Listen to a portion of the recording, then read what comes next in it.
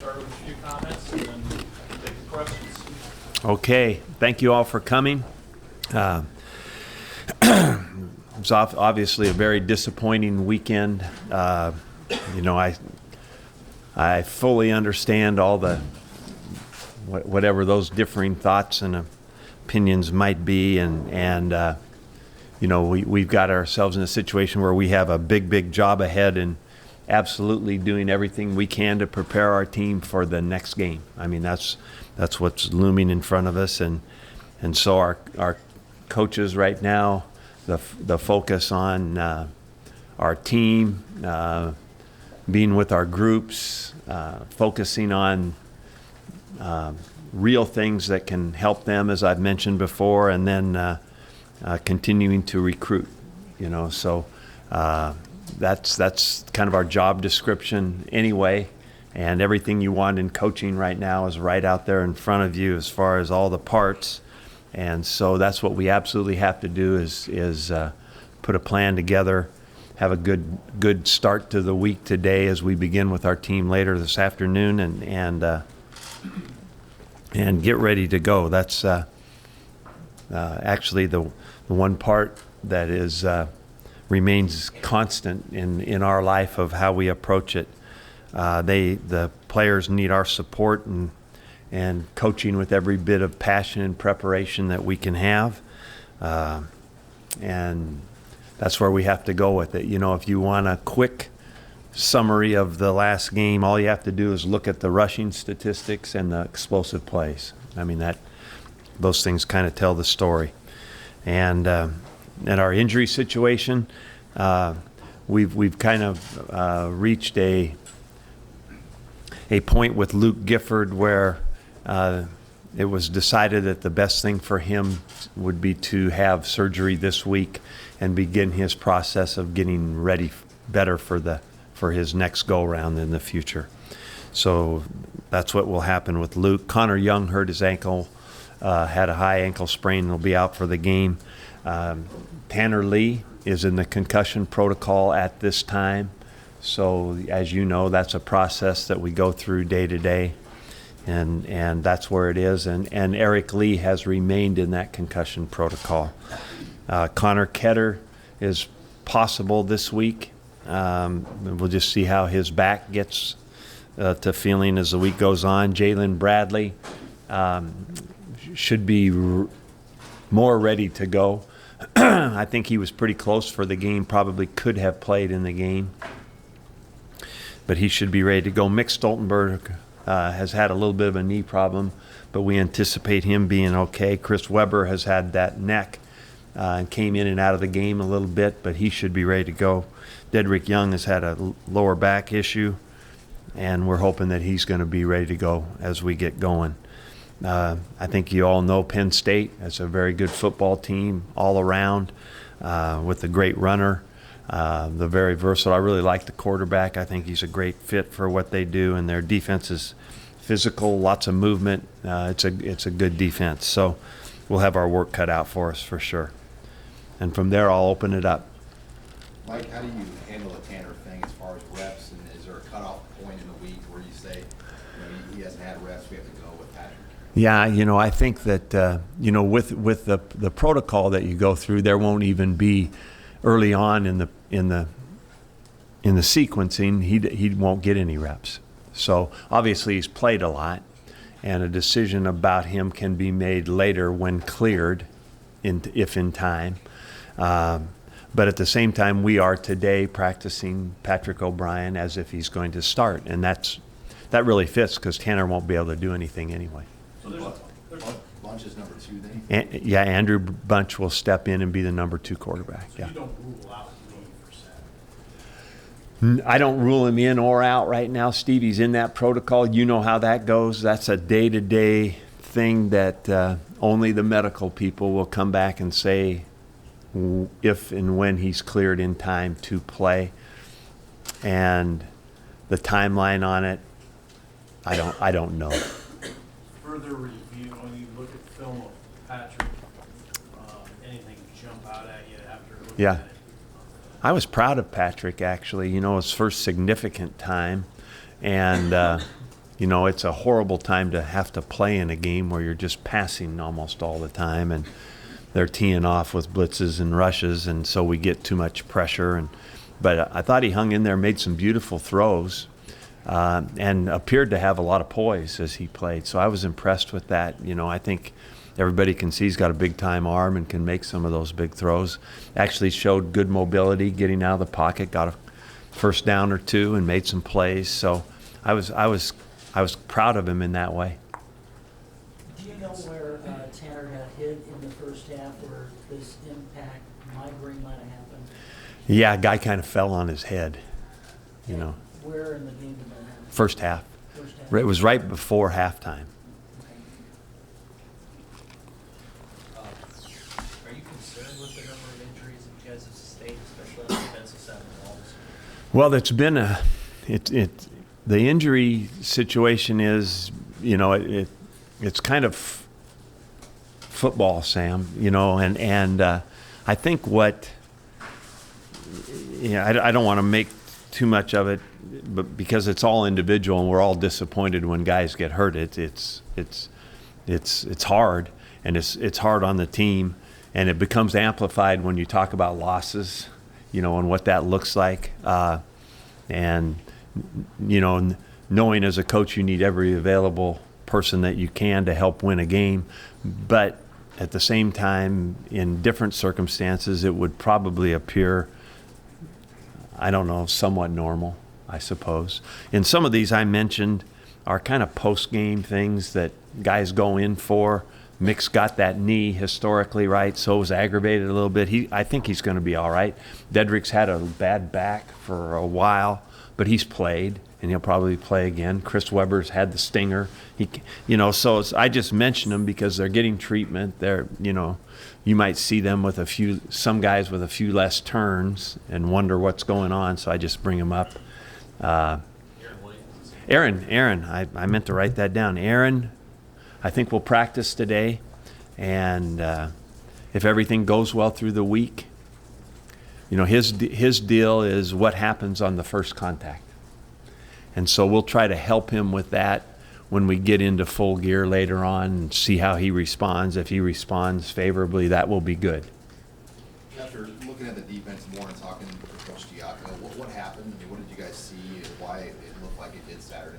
I think there are two things in general. We one of them for sure was we missed some plays, right? I mean, we had opportunities to sometimes make a tackle and didn't complete the tackle, and then on some of them we were committed with a lot of people to stop short yardage. For instance, one guy misses a tackle, there wasn't much left, as you saw, and that was, so you got to make plays, and that was part of it. And the other part of it, we got beat on 2 speed options, and it was basically about getting reached. So when you have a certain responsibility and a guy's blocking you, you've got to stay on the right edge. Otherwise, there's going to be a perimeter play that you're susceptible to. Part of it is, both parts are technical. One of them's defeating a blocker, the other one's making a play, making a tackle. Sometimes the fallback line when the team gets beat bad is that there's a lack of effort. And Yeah. It didn't seem like you really thought that after the game. When you watched the film, what was your impression of that question? My first thought when I get that question after a loss is I don't think of our team that way. And maybe I don't want to be blind to it either. I think that the way this season has gone, when you open the game with a kickoff like that, there might be some fragile parts that it might be more nerves than it is desire, and I can't put a tangible thing down and say this was it. And like I said, I really don't want to think of our guys as not giving the right effort. I believe in that, and I believe in our players, and so my first reaction is look at the film. How can we help these guys? And That's my response. Is that the hardest part in season, the fixing a problem, because there are so many different layers to it, or trying to figure out, where do you start? Yeah, there's a lots of parts to the preparation of a week, right? I think a coach's responsibility is the enthusiasm for the preparation, and that can bring about motivation and excitement for anybody that's learning anything. Even if it's a history teacher walking into a room, their engagement with what they're talking about is important to how the students are going to listen, and so I think that those are parts, and then the other part is getting good real practice where you know that you get a feel for what's going to happen in the game and you build confidence through the week, and that's what's disappointing as a coach when that all doesn't come to pass in the ball game. I just hate that for everybody because I know people are working at it, and when it's not working, then you got to go back and try to say why, and then in the meantime you've got to maintain a deal where we're accepting responsibility. Nobody's playing the blame game. I'm not making excuses about it. It's what happened, and we've got to help the players, help the team in all those parts. And when I say that about all the parts in coaching that come out, these are it. When the times are hard and you've got a team that hasn't achieved what they had hoped to, wanted to up to this point, then you've got a lot to deal with. When you talk about the setback with the kickoff for maybe the long run in the first half, and given the way that Penn State's career is supposed to play through the season, how do you help fortify your defense and the mentality of that challenge? Well, I think that the way you do that is those parts that didn't work technically, you go back and every part of it, whether it's helping a guy continue, here we have some young guys playing in the game, right? So there's no end to how you can help that guy for his total future in football be a better tackler. So you keep working on tackling, you keep working with guys about defeating blocks and on this play where you have to be. So you just continue to coach. Then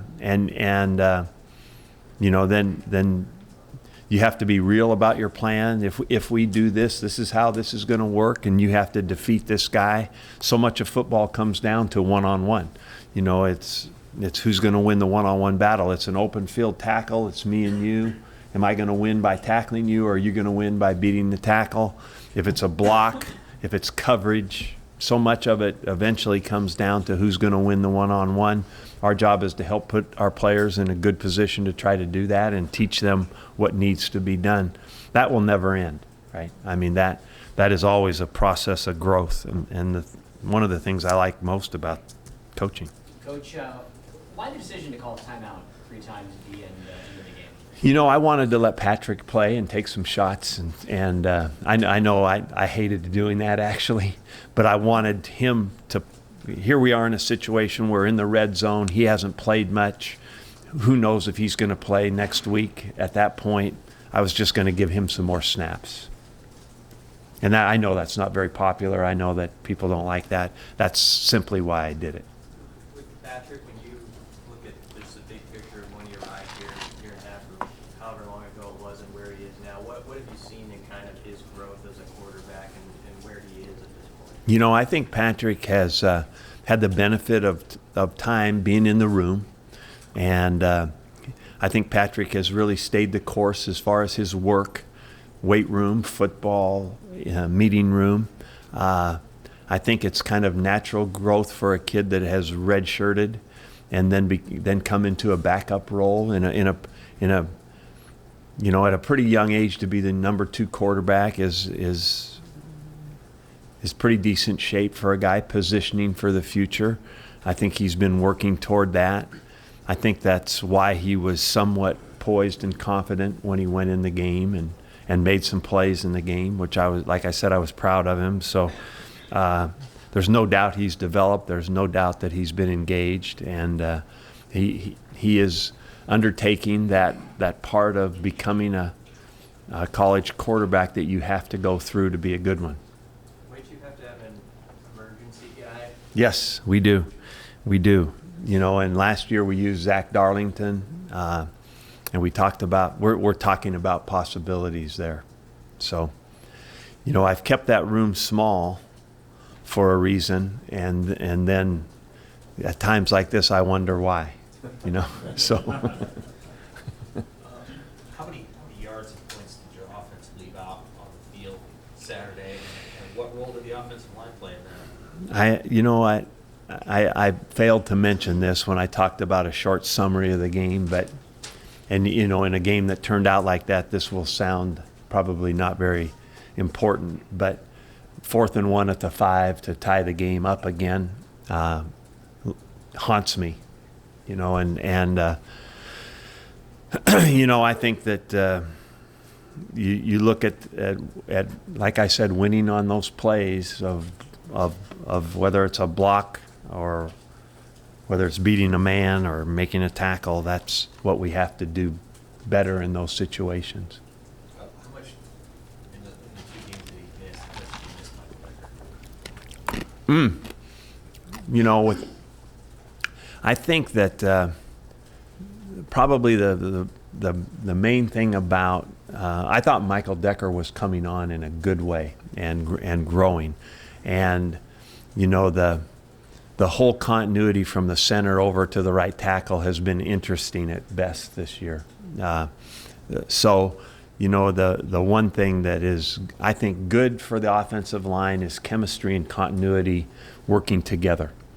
And so when you lose that, now I will say this, not necessarily the last week, but the week before, I was proud of how Cole stepped back in there. Cole's been he's been a guard, he's been a tackle, he moved into center. He's been a good teammate, you know, and was always vying for a starting spot somewhere, Sam. So it was, you know, in that way we have to still be able to function. And so we're kind of proud of how he stepped in and did, and you know, and if we can continue to grow that thing with the young guys on the right. And we've also talked about playing David Neville more somewhere, you know, because David's an experienced guy that at one time was a starting right tackle and got hurt, and we like how Hymas has come along, and you know, there's growing pains there, but I think it's good. But so we're talking about different things that might help. David's in the discussion about playing some or doing something there to help in the interior, even in the interior part. Can you go with way working with Patrick now? Progression-wise, do you give him the opportunity to maybe take off and run a little bit more, just given the number of reps he's had this season and the running plays he's had? Well, you know, with looking at that, he has, as you saw, he's a fairly mobile guy and made some plays with his feet. You know, for us to transition into a running plays with the quarterback might be a little different right now for our offense. But, you know, what he can do, you know, when the situation calls for it for a quarterback, and it's really, there's a great feel to that about when is it time to say, okay, enough's enough, I'm going to make something happen here, or move up into the pocket to throw, but maybe end up running. You know, those are split-second decisions that are made, and they're okay. You know, I think that you know, I would like them to then protect themselves when they go down the field and be smart about it. But I certainly have never told a guy not to do that. I used to call timeout and celebrate if our quarterbacks ever ran for a first down, but they have, and that's okay. Maybe the question is his time to do that, where it's okay to step up and take off, different than Tanner? You know, I think it's personal. You know, what they see and what they can do. Tanner has made a ton of plays stepping up with people in his face and doing that. And so it's really what they see at the time. If they can't see it, then running is that option, you know. And frankly, a more experienced guy might see more in that situation too. So that's where you might see a guy like Patrick run a little bit more. Doesn't have that experience of seeing all the stuff necessarily that Tanner has seen. Other than the experience factor, does everything stay pretty much the same though, as far as play calling with Patrick? You know, I think it will all come down to the preparation of the quarterback and what he knows well. And if that ends up being a little smaller package, that's probably smart.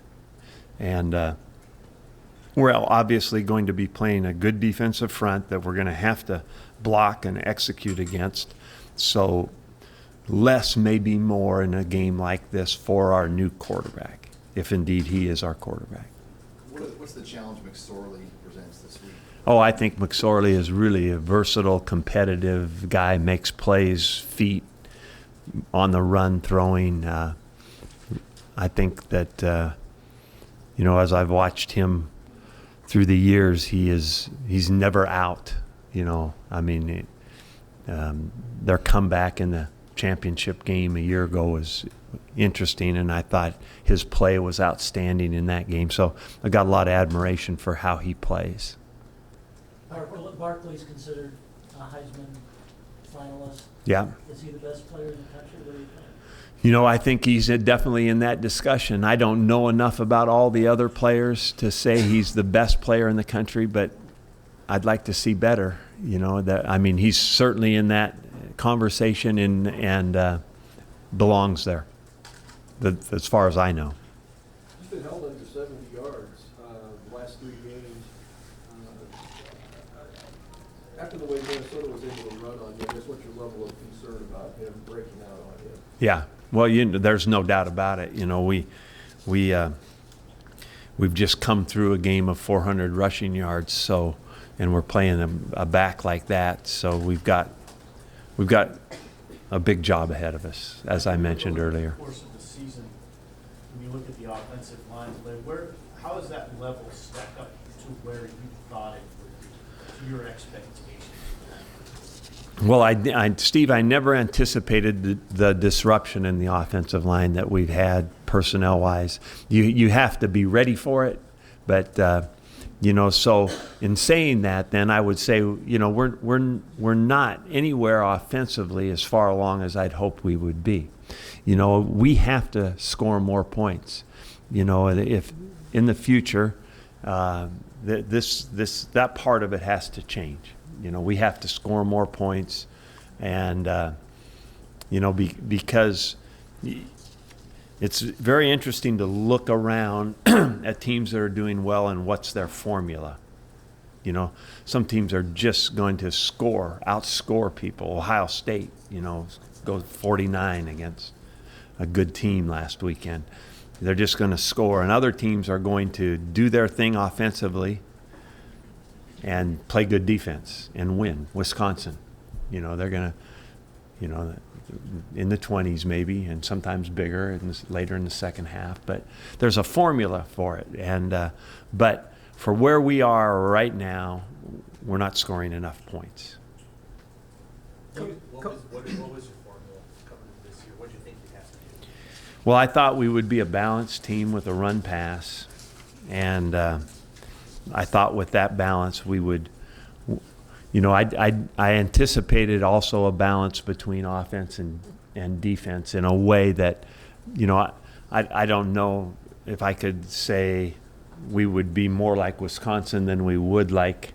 There's probably somewhere in between there, you know, being realistic about where we would be both sides of the ball.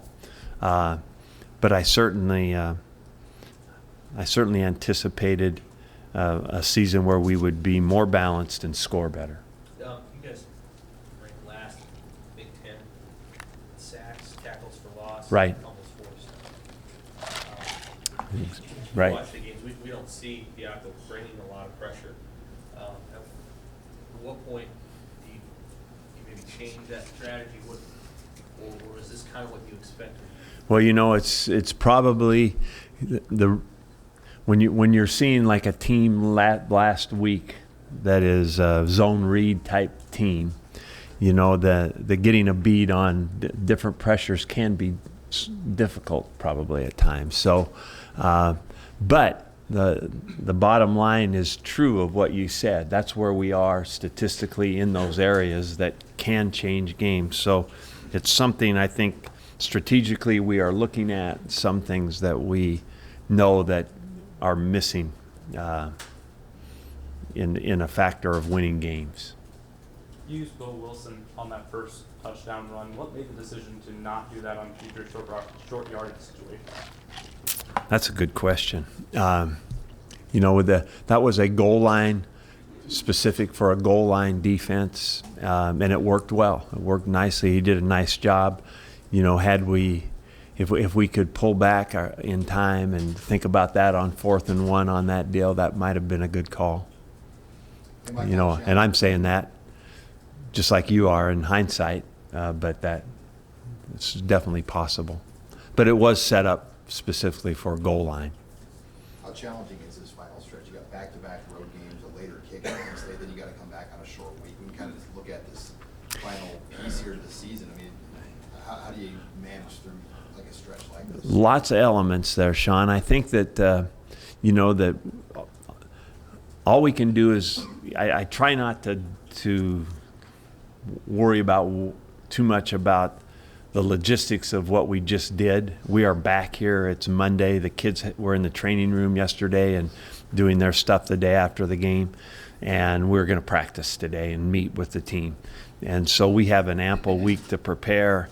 I try not to make a big deal about travel. We're gonna every Friday night we're gonna get on a bus and go to a hotel. There might be a plane ride in between there, but try to just minimize that part of it. I don't think that has to play a big role in it. And then we've already been through one short week. We are going to have a similar pattern of how to get ready, so it's not like we won't be ready for that. And you just have to do this stuff. And in our state, I can make excuses about it, but it's shallow. But we'll have a plan for each one of these things, how we do it, and get ready to win. Mike, do you have a message to the fans that are maybe losing interest in this final? Yeah, and I'm obviously, like I mentioned right off the top, I know everybody, and when I said that, players, coaches, fans, everybody's disappointed in what's going on.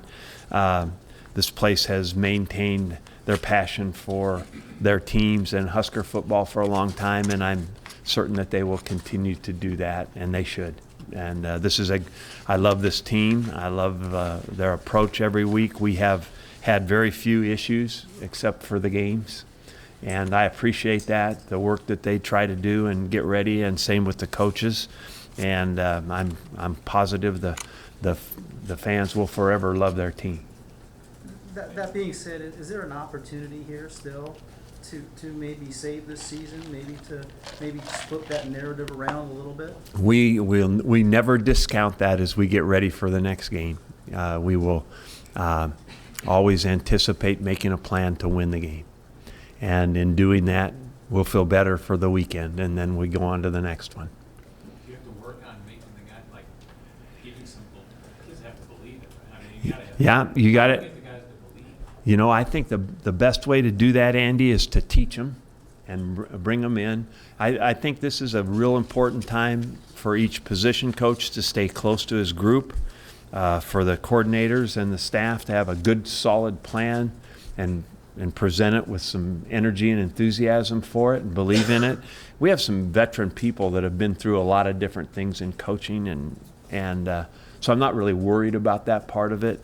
I don't think we're at a point where anybody has lost faith in what's going on. I think that there's a trust with the coaching staff and the team, and I think that they'll come to work today. It's been consistent to this point. I'm hopeful that it will be the same today. Thank you, guys. Appreciate it.